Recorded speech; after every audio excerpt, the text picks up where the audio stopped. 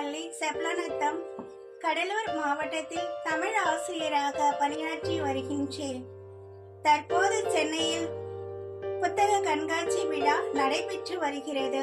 அங்கு குறிஞ்சிப்பாதையில் அரங்கையில் 659 கர்ண வித்யாலயா அறக்கட்டளை சார்பில் இந்தியா முழுவதும் உள்ள பார்வை மாற்றுத்திறனாளிகளின் படைப்புகளை ஒன்று திரட்டி இங்கே காட்சிப்படுத்தியுள்ளார்கள். அத்தகைய அமைப்புக்கு என்னுடைய நன்றியினை தெரிவித்துக் கொள்கின்றேன்.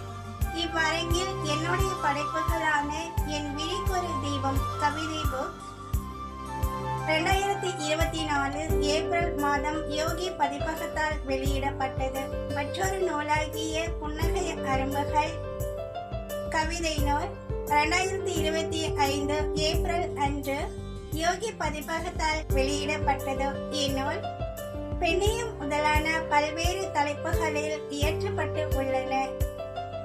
என்னை போன்று பார்வை மாற்றுத்திறனாளிகளின் திறமைகளை வெளிக்கொணர்ந்து வர இந்நடவடிக்கைகளை மேற்கொண்ட கர்ண வித்யாலயா அமைப்புக்கு என்னுடைய நன்றியினை தெரிவித்துக் கொள்கின்றேன். நன்றி, வணக்கம்.